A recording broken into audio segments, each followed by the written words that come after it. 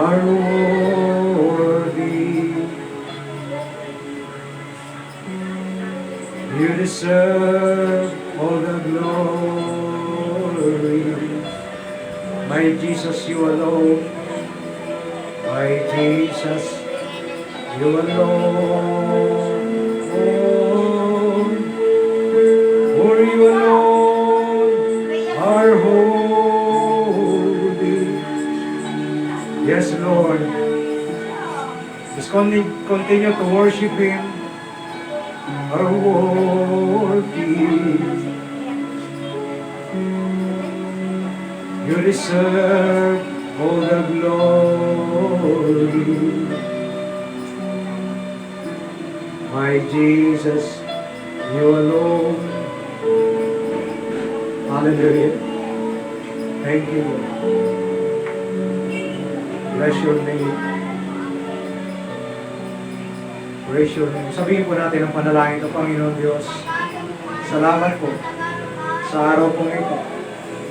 At sa oras na ito, nandirito ako upang makinig ng iyong mga salita. Salamat po, Panginoon, dahil dinala mo ako sa lugar na ito, dahil meron kang dakilang plano sa buhay ito. Salamat po, Diyos. Pinupuri kita, pinapasalamatan, ay bukas at magpakailanman. Lahat tayo magsabi ng malakas na Amen. Talapakan po natin ang Diyos ng malakas. Maraming tayo makaupo. Kung tayo po ay may Bible, buksan po natin ang salita po ng Diyos sa aklat po ng John chapter 1. Sa Tagalog naman ay 1.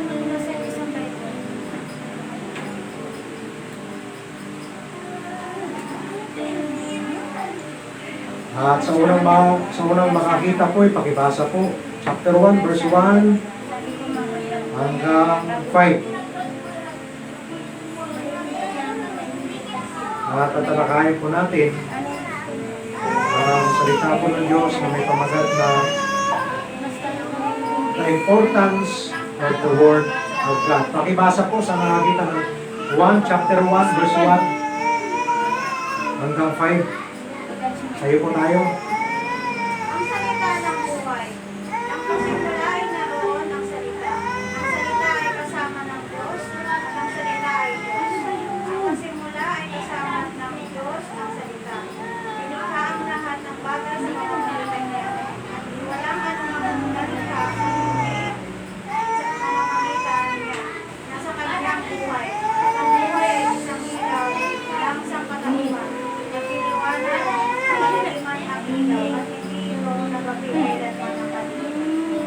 Okay, punta tayo ng doon pa rin, 1. Chapter 15. Verse 5.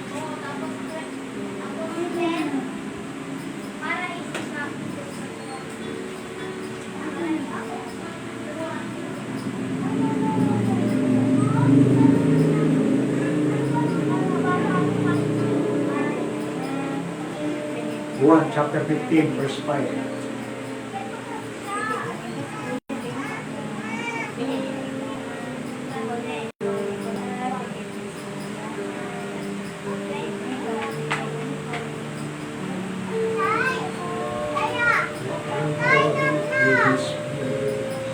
Okay, kita nyo lang, pakibasa ulit.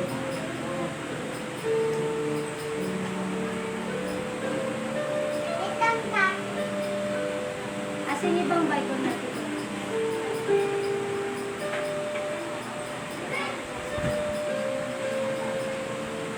Anong ano yung yan? John chapter 15, verse 5. 1. Sa gitna yung mga sa kalagitnaan. Sa gitna. Kita niyo siya. Ako ang puno ng upas at kayo ang nakasama. Ang nananatili sa akin at lalo ako sa kanya. Ang siyang magpupunga ng sagana sapagkat wala kayong magagawa kung kayo hiwalay sa akin. Okay, lipat tayo ng Hebreo chapter 10, verse 25.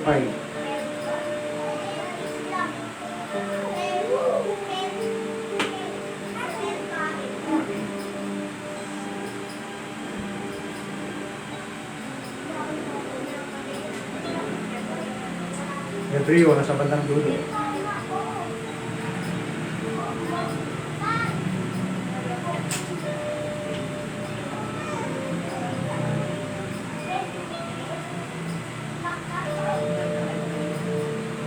Sa bandang dulo, Rio. Chapter 10, verse 25.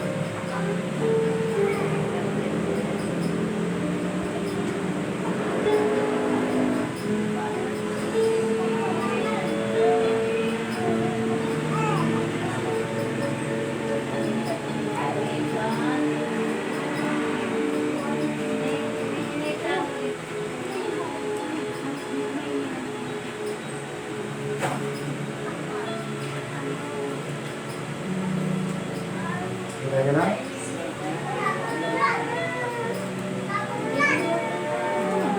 Verse 25. Huwag nating kaliligtaan ang pagdalo sa ating mga pagsisigo gaya ng nakasanayan ng iba. Tayo'y palakasin natin ang loob ng isa, lalo na sa kayong Okay. pagkita na sumalapit ng araw ng Okay. So, tayo muna tayo manalangin. Tayo mag-pray. Ama, salamat po sa mga ilang talata at aklat na binasa ng aming mga kapatid. We pray, Heavenly Father, open our spiritual eyes, spiritual understanding, upang maintindihan, maunawaan po namin ang mga salita na papaliwanag at ibabahagi ng lingkod ng Diyos sa amin. Maraming salamat po sa araw pong ito. Tunay na po, ang Santong Espiritu ay lubulupog sa pagsulok ng lugar na ito.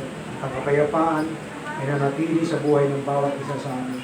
Thank you, Lord, sa iyong mga katotohanan ng mga napakinggan namin at nabasa. Give you all the glory in Jesus' name. Amen. So, ilang aklat yung binasa natin. So, dagdagan natin ito sa aklat ng awit.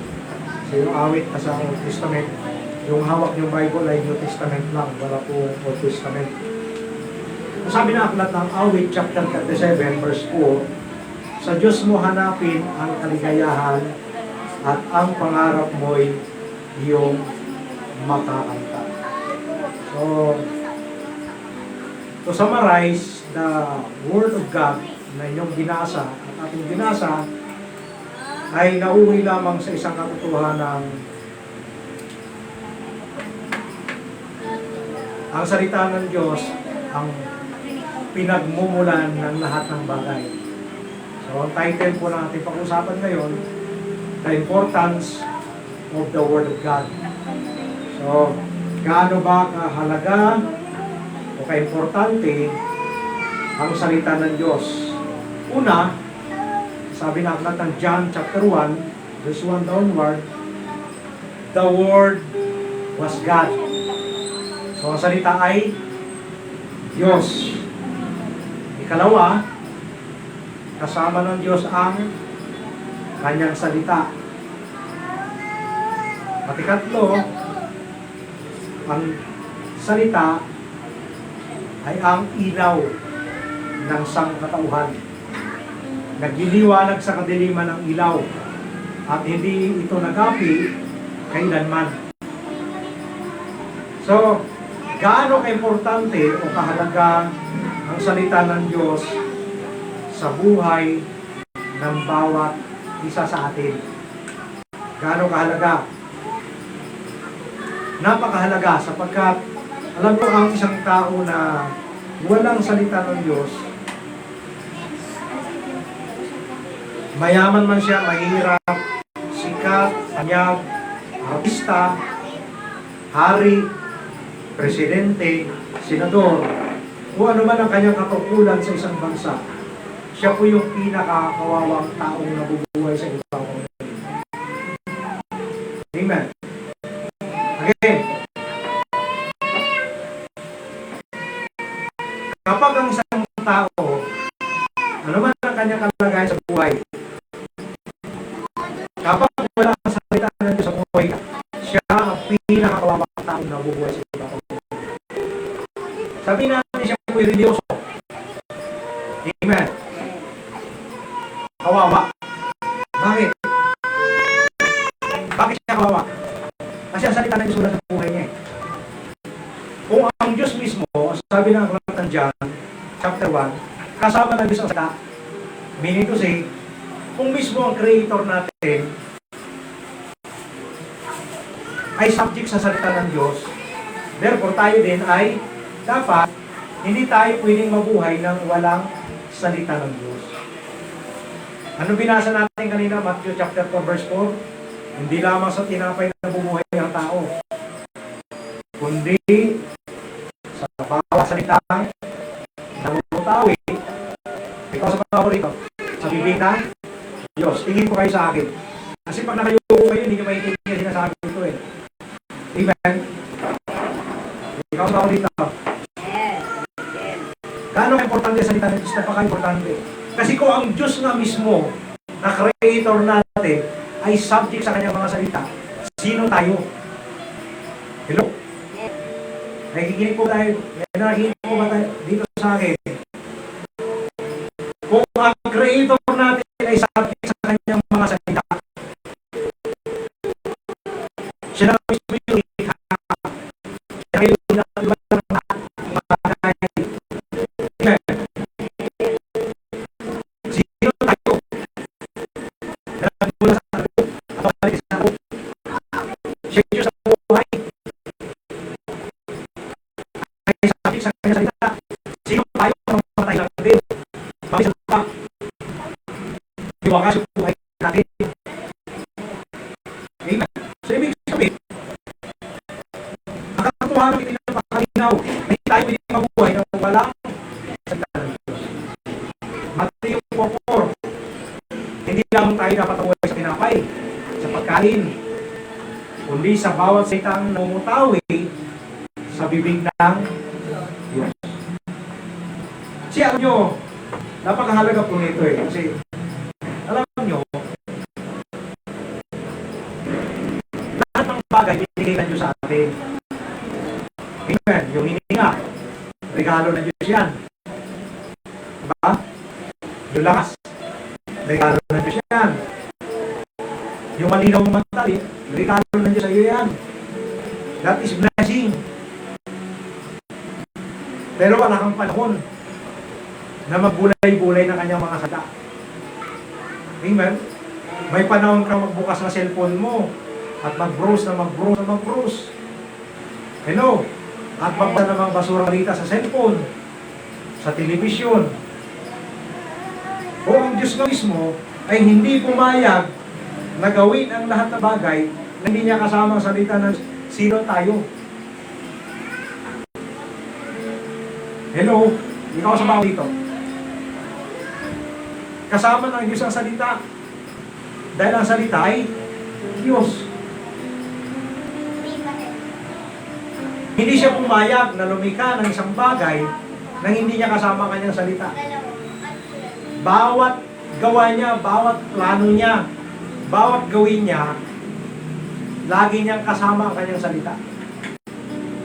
At ang mga salitang ito ay namumutawi sa kanyang bibig. Kaya, every time na masalita ang Diyos, mayroong kapangyarihang lumalabas. Yung may sakit, gumagaling. Amen. Yung patay, nabubuhay. Yung mga kitongin, nalilinis. Bakit nagkakaganon? Kasi kasama niya ang salita. Nung si Jesus, nagkatawang tao, kinuha ang kalagayan ng isang tao, nangaral, nagturo, nagpagaling, bumuhay ng mga patay, naglilis ng kitong. Hindi siya lumalabas sa isang lugar, lumabas sa kanyang tahanan sa pinanggalingan, na hindi niya kasama ang kanyang salita. Ano sabi ni Jesus sa kanyang pangaral? Ang Espiritu ng Diyos ay suma sa akin. See? Amen? So, ang salita ng Diyos Espiritu, nananahan sa atin. At pag siya pinag-desisyon manahan sa atin, hindi na siya malis. Dahil kung nasa salita ng Diyos, ang Diyos, kapangyarihan. Kasi kasama na siya sa salita eh. At ang salita, mawag natin ay Diyos. Niniwala ko ba kaya? Tayo, nag-awat mo natin Biblia ay Diyos. This is the infallible word of God, inspired by the Holy Spirit. Infallible. Hello. Ibig sabihin ito po'y makapangyarihan. Kayang pabuhay ito, takbo na buhay ng tao. Kayang pagkalingin ito lahat ng may karamdaman sa atin. Infallible. Ibig sabihin, hindi siya pinagpaligin. Siya po'y sagrado. Siya po'y Diyos. Siya po'y makapangyarihan. At lahat daw na magmamahal dito ay magtatamo ng buhay na walang hanggan. Magpangalan natin ng Panginoon. The Word was God. Ang salita ng Diyos ay Diyos. Ito, Diyos to. Napakaliit, napakanipis. Diyos. Isinulat ng mga taong sinamahan ng Espiritu ng Diyos. Bawat titik at letra na nakasulat dito ay may kapangyarihang lumalabas. Kahit kriminal, hello, ay kaya niyang baguhin. Diyos to, makapangyarihan to. Kaya lang, bakit may mga Kristiyano, reliyosong tao, still, hindi nila binibigyan ng halaga sa salita ng Diyos. Bakit? Alam nyo, napakamura lang ng Bible. Sa katotohanan, yung hawak nyo, libre lang yan. Hiningi ko lang yan. Amen? At hindi lang siya salita. At ang salita, hindi lang po Diyos. Ang salita ng Diyos, ginto. Ginto. Pag sinabing ginto, isabihin napakahalaga niya. This word is so precious. At walang milyong salapi kayamanan sa mundong ito ang kaya niyang bayaran. Ikaw sa bawa dito. Makapangyarihan ko. Now, bakit maraming reliyosong tao ngayon? Kristiyano. Bakit hanggang ngayon may sakit pa rin? Pastor, bishop, miyembro ng malaking organisasyon, bakit may sakit? Ang problema kasi, hindi nila nauunawaan kung ano merong ang salita ng Diyos. At kung sino talaga ang may-ari nito. At kung ano talaga ang kapangyarihan nito. Oo, nasasabi na marami. Ano lang yan? Papel lang yan. Amen? Sinulat yan ng tao. Inimprenta lang yan. Pero bilapid, yung bawat titik at letrang nakasulat dito sa Bibliyang ito ay may kapangyarihan. Nagliliwanag sa kadiliman. Tinatanglawan ang lahat ng nasa kadiliman. There is power in the word of God. Like for example, drug addict ako dati. Amen? Natutulog ako sa sementeryo, sa ditso. Yeah? Pero nung dumating sa akin ang salita ng Diyos, nagbagong takbo ng buhay. Yung dating drug addict, ngayon Jesus sa addict na. Ang dating lumalabas sa bibig ko, mura. Ngayon lumalabas sa bibig ko, salita ng Panginoon. At napakarami na pong binago ng buhay sa pamamagitan ng salita niya. Amen? Ang dami ng binago na ito. Si Pablo, na dating sa ulo, katunggali, kaaway ng Iglesia ng Diyos, taga-usig. Nung may encounter niya si Jesus sa dalang Damasco, nagbago siya. Ginawa siya ng Diyos na apostol. Alam nyo, ba't niyan, nabataan natin sa Tacloban, no? Ilan yung mga pinatay ng mga estudyante, mga bata? Ilan yung binaril niya? Ha? 3 yung namatay. 11 yung sugatan. Oh. Tapos, di pa natapos takluban. Meron pang isang parte ng bayan ng Pilipinas yun, ang eskwelahan. Cavite. Cavite ba yun? Cavite. Ano nangyari? Sinaksak? Pinagsasaksak niya ng ballpen. May kapwa niya estudyante. Kutsilyo ba? Bakit nagkaganon? Kasi alam niyo yung problema kasi. At tulad niya, yung mga bata, alam yung issue na yan, matagal na yan eh. Hindi noong panahon namin, sinong naka-abot ng, nakapag-aral ng elementary, ng mga panahon natin, mga dekada 90.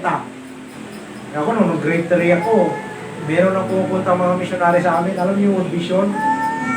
Ito, grade 3 pa na ako, binigyan ako nito. Hanggang ngayon, dala-dala ko pa siya. Kita niyo yan? Pero ngayon, ito malungkot tayo. Ito yung nakakatawang nakakalungkot. Bakit nagkaganon laganap ang krimen sa lahat ng school? Anong dahilan? Tinanggal kasi nila yung good manners and right conduct eh.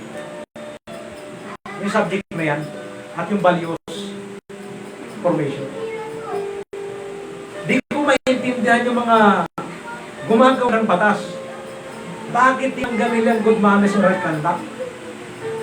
At ang ipinalit ay social media.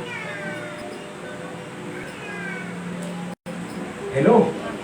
Meron pang ang eskwelahan. Ipinatupad yung sex education.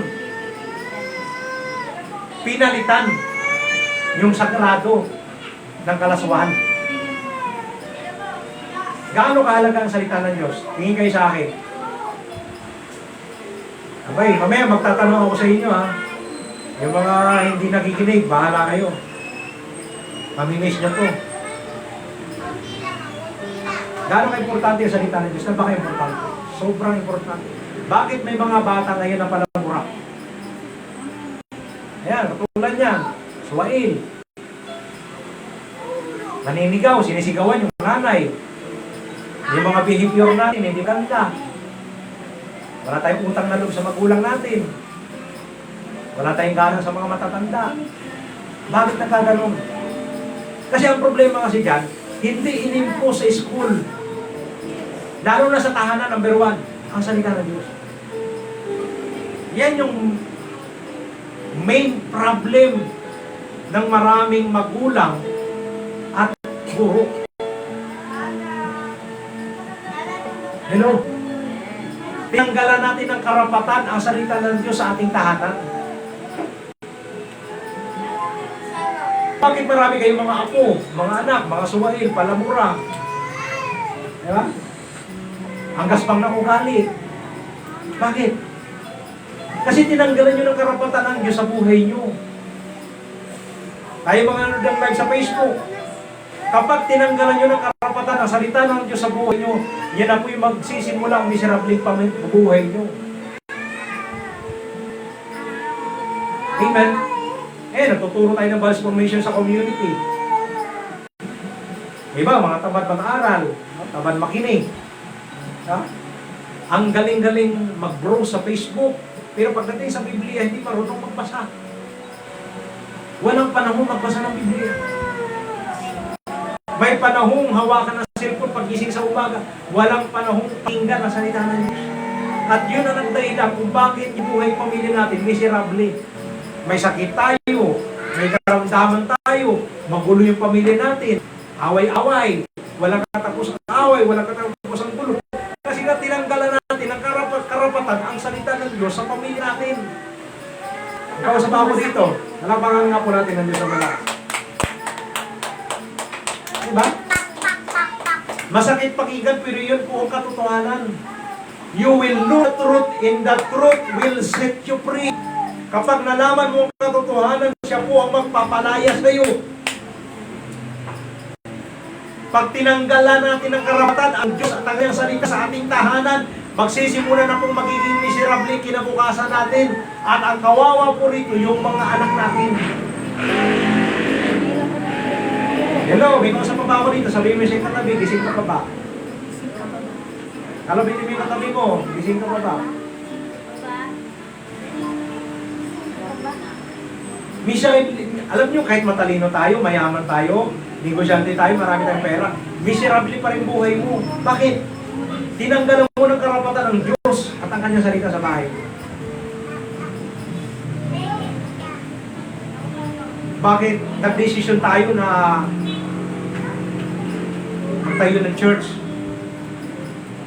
Dati tayo nagninegosyo. Kasi nga, marami tayong pera, magulo naman yung buhay natin. Wala tayong peace of mind. Diba? E sabi ng ilang talata sa Old Testament, Bible, isulat sa hamba ninyo ito ang aking marutos, ang aking mata. E sabi sa anak ko sa nalagay, gawin yung bahay ng inyong mga anak. Sinabi ni Jesus, my house will be called house of prayer for all the nation. Hindi rin sa simbahan ka lang. Kundi yung bahay mo, gawin mong bahay lang na. Gawin mong bahay ng Diyos. Dapat ang inyong mga tahanan puno ng mga salita ng Diyos. Kasi kapag puno ng salita ng Diyos sa inyong tahanan, ang puso't isip niyo, puno din ang salita ng Diyos. At walang demonyo diablo sa impyerno ang papasok sa inyong tahanan. Kasi isa lang ang kinakatakutan ng diablo puntahan, yung mga bahay na puno ng salita ng Diyos. Di ko sa tao dito, hanapan na ng ito.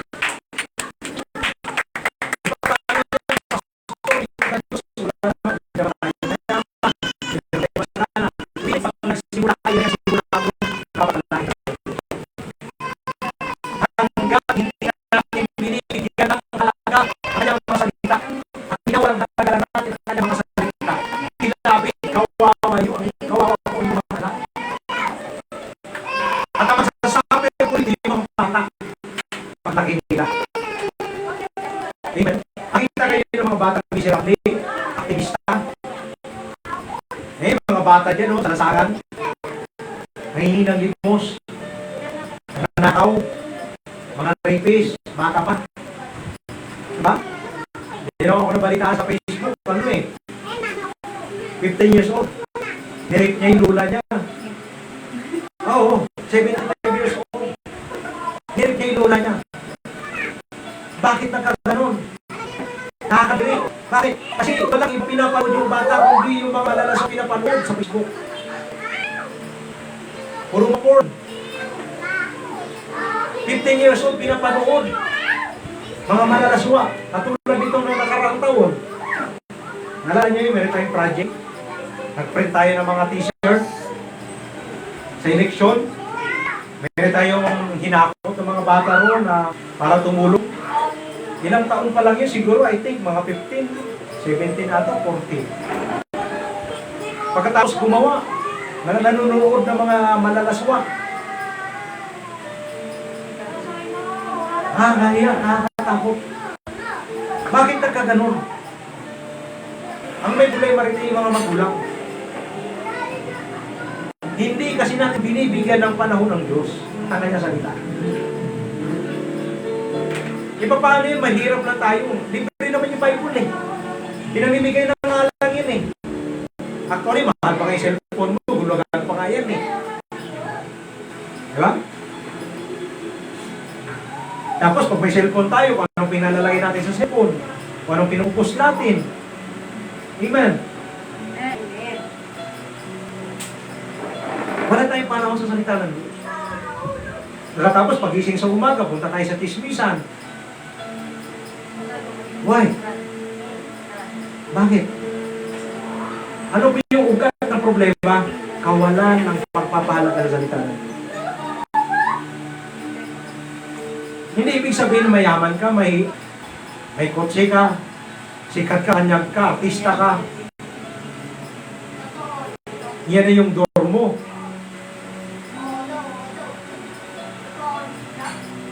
Para makapasok ka sa langit. No?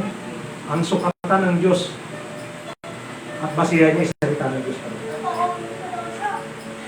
Ano sabi niya ng talata sa New Testament? Sabi ni Jesus, mawawala ang langit at ang lupa. Ngunit ang salita ng Diyos ay mananatili magpakali. Hello? Bakit naganap yung krimen kagaya sa Tacloban? Bakit nangyari yun? Kasi na tinanggalan nila ng karapatan ng salita ng Diyos sa school. Dapat yan, pagpasok o pagbukas ng school, pagpasok ng June, dapat i-implement kaagad ang Word of God. Mula grade 1 hanggang kolehiyo. Bawat subject, bawat room, dapat merong Word of God, merong MRC, ipasok yung salita ng Diyos. Dahil pag may salita ng Diyos, yung krimen, mapiprevent po yan. Sipin mo yung mga bata, kababatang tao, ilang taon pa lang yun, marunong humawak ng baril, marunong ng humalabit ng gatilyo. Paano yung tiyahin niya, pulis? Tinuruan yung pamangkin niya kung paano humawak ng baril. Tinuruan niya humawak ng Bible. Hindi nagpastor yan. Marami pa siyang niligtas na makasalanan. Halakpakan natin ng Diyos ang mga. Paano kasi? Naturingan kang maglino. Ibubo ka naman sa salita ng Diyos. Magaling ka nga. Ibang ka na naman sa salita ng Diyos. Amen? Memorize mo nga yung mathematics. Wala ka namang alam kahit na isang versikulo sa Bible. Hello? Bakit marami naging rebelde na mga kabataan? Nasama sa rally. Bakit? Hindi kasi sila naturuan ang salita ng Diyos. Kung hindi natin kaya mga magulang, dapat sikapin natin yung anak natin, dalhin sa church. Kung sa school, dapat yung school, napasukan na yan, mayroong nangaral na salita ng Diyos. At kapag yung school na yan, wala nangaral, huwag natin papasukin dyan. Amen? Huwag natin papasukin niya, bakit? Tuturuan lang ang ating mga anak maging artista bata, balang araw. Sipin mo, tinanggal mo yung good manners and right conduct sa school. Marami mga bata, palamura. Mga sinungaling. Kagaya niyan, yung nakalipas. O yung bata. Ang bata-bata pa, magpapaalam, magpipicture, hindi naman pala pumunta na sa church. Ang bata-bata pa, marunong na magsinungaling. Bakit? Kasi walang guidance ng Holy Spirit, walang Word of God. Nagtanim sa puso. Yan nakakalungkot. Kung maganda may sinabi ng mahal nating mga sa Tacloban, dapat ang Diyos ay kasama sa ginagawa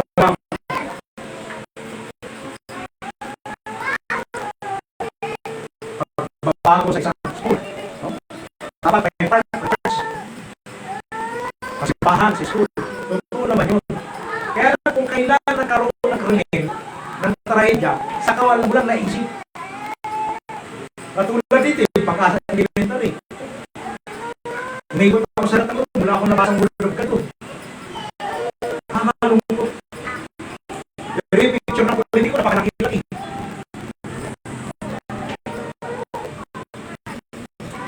Diba? Nakakalungkot. Kaya dapat, lahat ng eskwela, may Bible study. Mula elementary hanggang kolehiyo, may Bible study talaga. At ang una-una ituturo sa mga estudyante, turuan maging maka-Diyos. Manasalin. Kasi yung purpose ng Balis Formation, maka-Diyos, makatao, makakalikasan, makabayan. Paano ka maging makatao, mapagmahal sa kapwa mo, kung una sa lahat, hindi maka-Diyos. Hindi ka manasalin. Wala ka lang sa salita ng Diyos. Hello? May gising pa ba ito?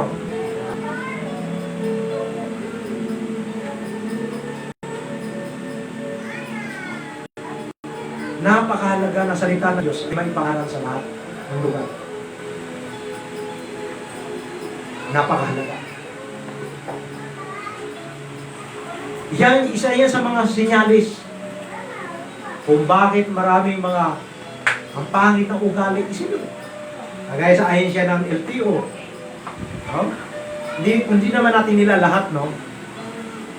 Bakit maraming mga nag-aaral, maraming mga kumukuha ng lisensya, ay walang good manner? Alam mo ibig sabihin ng good manner? Sagutin niyo ako. Ano ibig sabihin ng good manner? Ikaw, may idea ako ano ibig sabihin ng good manner? Oh. Ang pag-ugali, bakit? Bakit nawala yan? Tinanggalin ng good manner si right conduct eh. Yan yung problema. At ang ipinalit, sex education. Yan nakakalungkot. At ang nagsasuffer dito, ito, tingin kayo sa akin mga nanay, tingin kayo sa akin. Maging kayo mga nanood sa Facebook, tingin kayo sa akin, mabuti kayo mga magulang. Kung bakit ganyan kasuwain ang mga anak ninyo, kasi tinanggalan ng karapatang maging good ang mga anak ninyo sa school. Dahil kung hindi natin kaya supilin yung mga anak natin, dapat yung mga pangalawang magulang, sila dapat ang magtuturo sa kanilang mga bata. Dapat ituro sa mga bata ang wastong asal. Hello, marunong gumalang, hindi na palamura. Eh, dami ko nakita ang bata niya, 4 years old, palamura, luto magmura. Minsan nga sa lubong ko, sabi ko, gusto mo, gupitin ko yung bibig mo at dila mo eh. Ang sakit sa tenga, 4 years old, palamura. Kababaeng bata, ang talas magmura. Sabi ko, isa pa pang mumura mo, putulin ko yung dila mo. Hindi na siya nagmura. Bakit gano'n? Eh, sinanggal niya yung good manner, right conduct sa school eh. Isa daming estudyante na yan. Sa Pag-asa, ilang libo yan dyan. Mula kinder. Hanggang grade 6. Tapos dinagdagan pa ng, ano yun, 8 to 12. Amen. Alam nyo, sa totoo lang mga nanay, ano? Ang solusyon, hindi po edukasyon para yung mga bata ay maging pag-asa ng bayan. Ang kailangan po good manners and right conduct. Kapag may wastong asal ang mga bata, paglaki maging pag-asa ng bayan yan at maging pagpapala ng magulang. Now, sino ngayon ang may obligasyon yan? At sino ang binigyan ng karapatan para ituro ang wastong asal sa mga bata? Walang iba kundi mga lingkod ng Diyos. Hindi yan kaya ng teacher, ng advisor, ng principal. Hindi mo kinakala sigawan ng estudyante mo para sumunod sa iyo. At the more na sisigawan mo yung estudyante mo, the more maging buhay. Bakit? Hindi yan kailangan sigawan. Hindi yan kailangan panuhin. Kailangan turuan mo siya pagkaroon ng takot sa Diyos. Gawing curriculum, gawing subject ang salita ng Diyos sa lahat ng paaralan. Amen. Bago dapat sila malumpas sa watawat, dapat una sa lahat ng mga estudyante at mga bata, magtutungo ng malumpas sa Diyos. Napakalaki insulto po yan. Sipin mo, eh di ba, pag nag-flag ceremony, asan yung mga kamay nyo pag nag-flag ceremony? Ikaw sa baho dito. Asan yung mga kamay nyo pag nag-flag ceremony kayo? Asa dibdib. Oh. Pag manunumpa kayo, asan ang kamay ninyo? Oh. Sino sinusumpaan ninyo? Yung watawat ng Pilipinas. Marunong tayo manumpa sa watawat ng Pilipinas, pero wala tayong panumpa sa Diyos. Sinasapuso ng ilupang inirang. Yung bayan mag-hilip. Duyan ka na magiting. Pero hindi natin sinasapuso ang salita ng Diyos. Ngayon yung problema. Kaya talamak yung krimen sa school. Kaya hindi kayo magtataka. May mga anak kayong mga sakit ng ulo, palamura, mga sinungaling, magnanakaw. Amen. Kaya, mga kapatid, mag-pray po talaga tayo. Manalangin po tayo ng buong puso. Bigyan tayo ng panahon.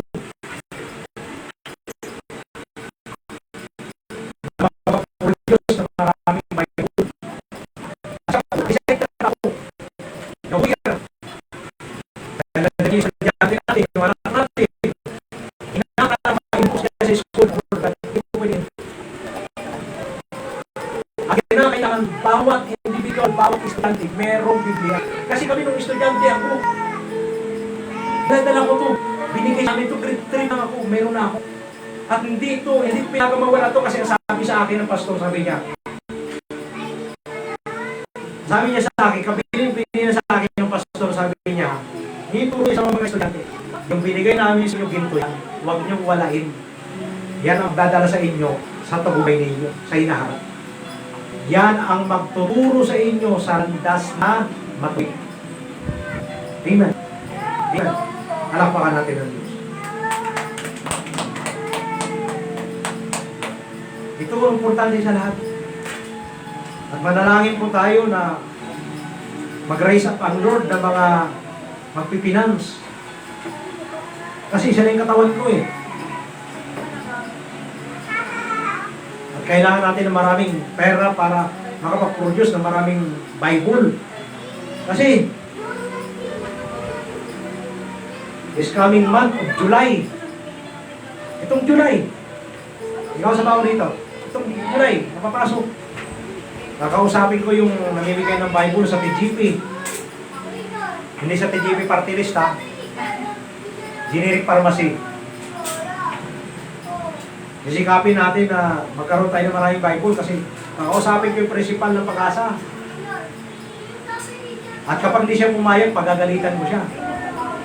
At gagamitan ko siya ng Republic Act 11.476 Values, Education. Batas po yan. Amen. Kinakailangan ma-impose ang salita ng Diyos sa lahat ng school. Sa bawat group. Mula kinder hanggang college. Amen. Kasi kawawa yung mga anak nyo. Sino may mga anak dito na estudyante?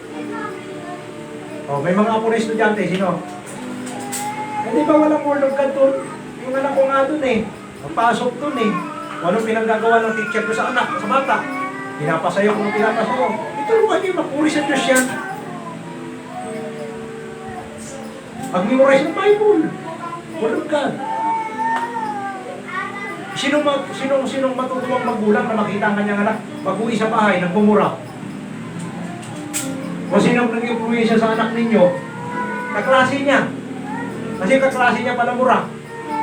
Hindi tinuruan ng teacher ng good manner. Amen. Eh yung anak ko pag nakarinig ko yung nagmumura, sinasampal ko yung bibig. Pinagagalitan ko. Pag tinatanong mo kung saan nang galing, sino nagturo sa kanya? Kaklase niya. See? Kasi nga walang word of God sa school. Wala nagbabible study sa school. Wala. Kinakailang turuan sila. Point by point, tuldok by tuldok.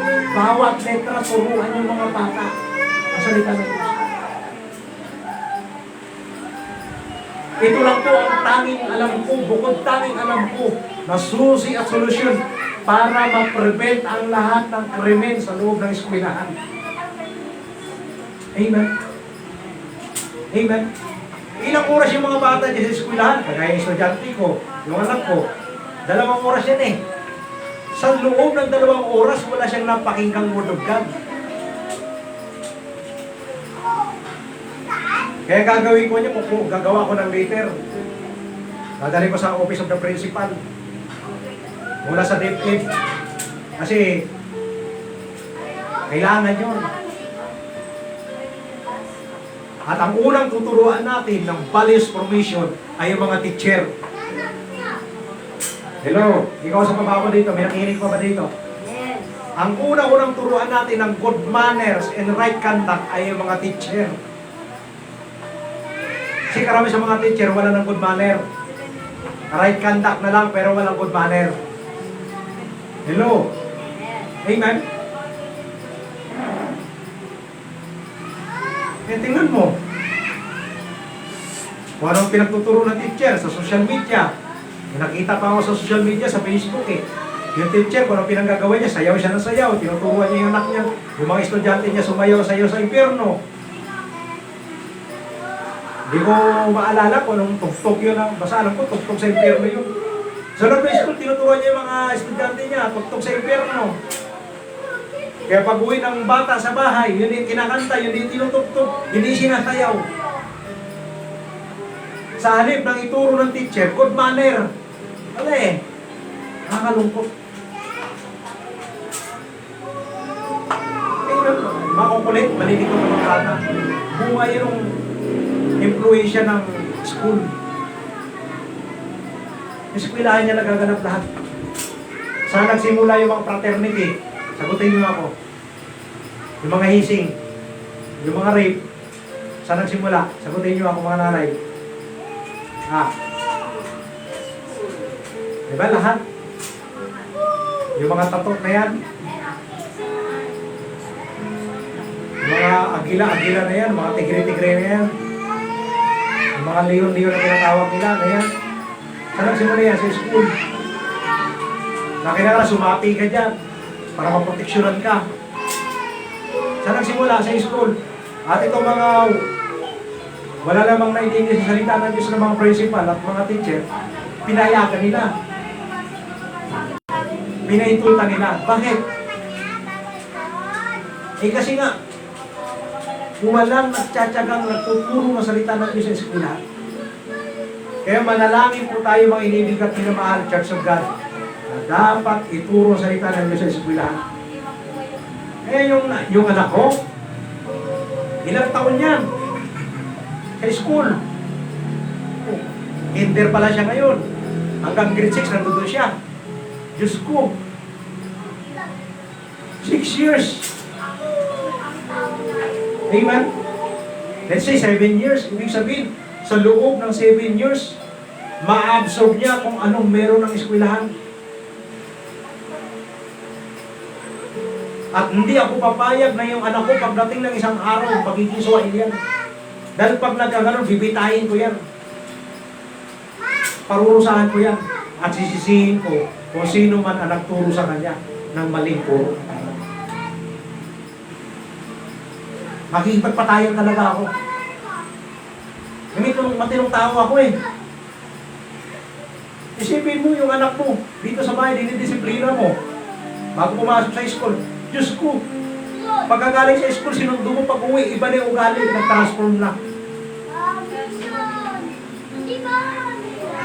Galing dito sa bahay, yung anak mo tumpa. Pagpasok sa school, paglabas, pag uwi, kambing na. Nag-transform na, bilis mag-transform. Bakit? Yun yung influensya, lakas na influensya ng social media at ng school. Hindi naman natin nila lahat, kaya lang marami po dyan, hindi tinuturo talaga salita ng Diyos. Beloved, mapalad pong eskwelahan na kapag ang eskwelahan na yan ay merong anak ng lingkod ng Diyos. Hindi tayo papayag ng eskwelahan na yan ay hindi babaguhin ng Panginoon. Kinakailangan ng school na yan kung saan nandun yung anak natin, maturuan sila na salita ng Diyos. At hindi ako papayag sa loob ng 7 years na walang Bible study mula kinder hanggang grade 6. At kapag hindi na pinapayagan dyan, aakyat ako sa DepEd. At kapag hindi ako pinayagan ng DepEd, pagagalitan ko yung DepEd. Kinakalang ibalik ang good manners and right conduct o right character, ang salita ng Diyos sa lahat ng eskwelahan. Hanggat hindi pinabalik ang salita ng Diyos ang Bible study sa eskwelahan, mananatili po ang krimen sa school at tataas ang antas ng krimen dyan. Dadalang kaso. At hindi nyo na kaya supilin yan. Hello? Dahil alam ko ang sekreto. Ito yung nagpabago ng buhay ko. Salita ng Diyos. Hindi ako nabago ng school. Hindi ako nabago ng kadena, ng rehas. Hindi ka kayang baguhin ng kadena ng rehas, ng bakal. Ng rehabilitation. Hindi kayang baguhin yung estudyante na nagkasala, pumatay. Hindi kayang baguhin ng rehabilitation niyan, ng DSWD. At wala sinong mambabata sa Pilipinas ang pwedeng magbago ng isang kriminal. Bukod tang isa lang pwedeng magbago sa isang taong kriminal, si Jesus Christ. At ang kanyang salita, pag ito po'y dumating sa kanya, kahit siya po'y drug addict, siya po'y killer, siya po'y rapist, magbabago po yung buhay niya. Palakpakan natin ang Diyos sa malaki. Uy, yung mga bata niya, makulit yan, malilikot yan. Darating ang araw, pag lumaki, naging pinatay yan, magiging pag-asa ng bayan yan. Hindi ka tumigil, nagtyaga ka, dinala mo sa simbahan. Amen? Maliit yan, dinadala mo sa church. Kahit ganyan isang araw magugulat ka, blessing na yan. Pagpapala na yan sa pamilya. Parang ako na yun nung araw eh. Hindi ako masupil ng magulang ko. Pinapalo ako. Nakikipaghabulan ako sa palo. Binubugbog na ako tatay ko. Sinusuntok ako, tinatadyakan. Nilalagay ako sa sako. Pinapalod ako sa unang pa ako sa sahig. Pinapalod ako sa mungko, sa asin. Pinapalakad ako sa nagbabagang apoy doon sa uling. Still criminal pa rin ako. Addict pa rin ako. Ang dami kong kamag-anak ng mga abogado, mga pulis, mayor, congressman, ombudsman, sundalo, pero hindi tayo nabago. Ikaw kasama ako dito. Isa lang ang susi. Salita ng Diyos. This is what importance the word of the Lord. Gaano kahalaga ng salita ng Diyos? Napakahalaga. 7 years yan. May kinder pala yung anak ko. Anong impluensya ng edukasyon ang may bibigay sa kanya? Anong may tutulong na edukasyon sa kanya? Wala. At least kasama kita, nakikita ko yung kalagayan mo. Nadidisiplina kita, nasusupil yung ugali mo. Kaysa naman na araw-araw, ihatid sundo kita, kakasutay ng pera, ng oras ng panahon. Pagkatapos, pagdating ng araw, pag nagbinatayan, suwail na, adik na. Tapos magugulat ka ng anak mo, sumapi na sa fraternity. Meron ng grupo, pumapatay na, marunong humawak ng baril. Mas gugustuhin ko pa yung anak ko huwag mag-aral. Kung school na yan, ay salot sa anak ko. Pero hindi tayo papayag dahil nakapasok tayo dyan. Mananalangin tayo. Ang salita ng Diyos ay gawing regular sa loob ng eskwelahan. At mapalad po kayo kung yung anak nyo nakapasok sa school na riyan. Dahil hindi ako papayag na walang Bible study mula kinder hanggang grade 6. Kasi matagal ang problema yan sa school na yan eh. Ang daming addict yan din, estudyante.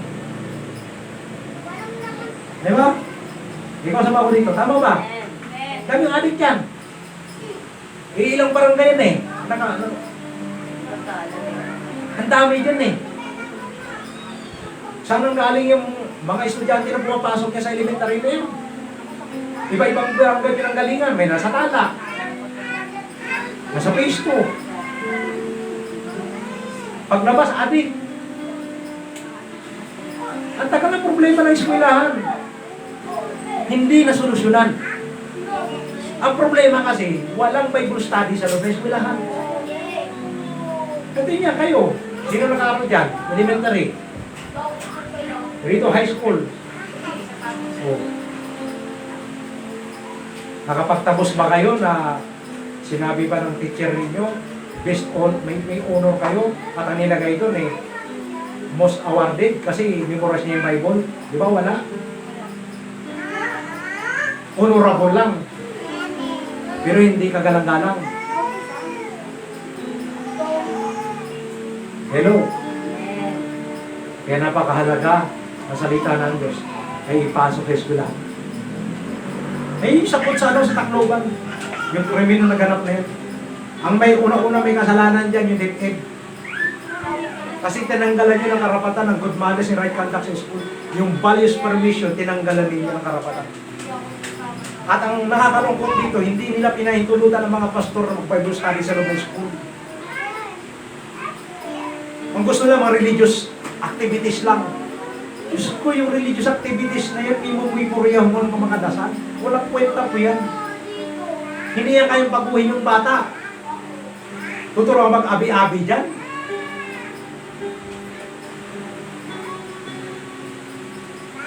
Walang kwenta yan. Religious activities. Hindi kailangan ng mga bata yan. Ang kailangan ng mga bata, si Kristo at ang salita ng Diyos para magbago ang buhay nila. Habang bata pa, makita mo na yung anak mo, naging pagpapala na sa pamilya mo. Malakpakan natin ang Diyos na malakas.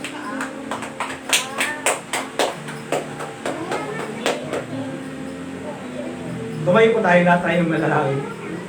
Pag-pray po tayo, pag-pray po natin yung Department of Education at lahat ng eskwelahan. Lord, salamat po sa salita mo, Ama, na napakinggan namin. Patawarin mo po kami, Ama, kung hindi ka namin binigyan ng halaga at importansya. Salamat sa katotohanan ito dahil merong nangangaral ng katotohanan na salita mo. And I pray, Lord, na salita mo, Panginoon, ay dapat may ipahayag sa lahat na eskwelahan. Ama, dalangin po namin sa araw po ito, nagkakaisa po kami. Dalangin po namin mga eskwelahan na yan. Pinapasok at gawing kurikulum sa mo. O sabi ng mga halang sekretary ng Education, gawin pong batas, mandatory sa lahat ng eskwelahan, Luzon, Visayas at Mindanao, gawing mandatory ang pagbabasa ng Biblia. Bigyan ng panahon ang salita ng Diyos upang hindi lang mabawasan ang mga krimen na yan sa eskwelahan, kundi mawasak ang lahat ng gawa ng Diablo. Masirang karahasan sa eskwelahan. Dahil nalulungkot po kami dahil nakikita po namin mga bata. Pagkagaling sa aming mga tahanan, nila pakabait. Pag-uwi, galing school na isuwain. Wala nang respeto sa magulang, hindi na parang sumunod. Sila pa yung mas galit. Sila pa mas matapang. Pero kami mga magulang ay sunod-sunuran sa gusto nila. Mali po ito, Panginoon. Lord, tinagin mo, Ama, mahal mo namin sekretary. Tinagin mo, mahal namin sekretary ng Department of Education.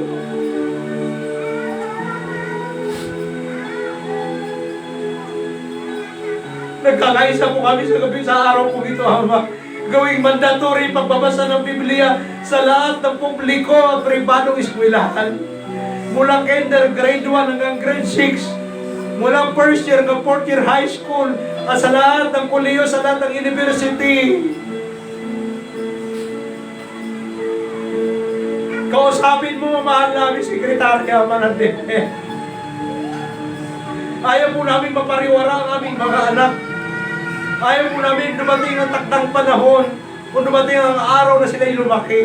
Sila'y maging aktivista, maging rebelde, maging NPA. Ayaw po namin ang mga anak namin ay mapariwara ang buhay nila. At habang may araw pa, Ama, nakikiusap kami, Ama, naninikroot kami sa iyo. Nagbabaawa kami sa iyong harapan lang. Tinagin mo ang puso na mahal mo namin sekretary ng Department of Education. Upang mabawasan at nila mababawasan, ma-wipe out ang lahat ng krimen na nagaganap sa ating eskwelahan.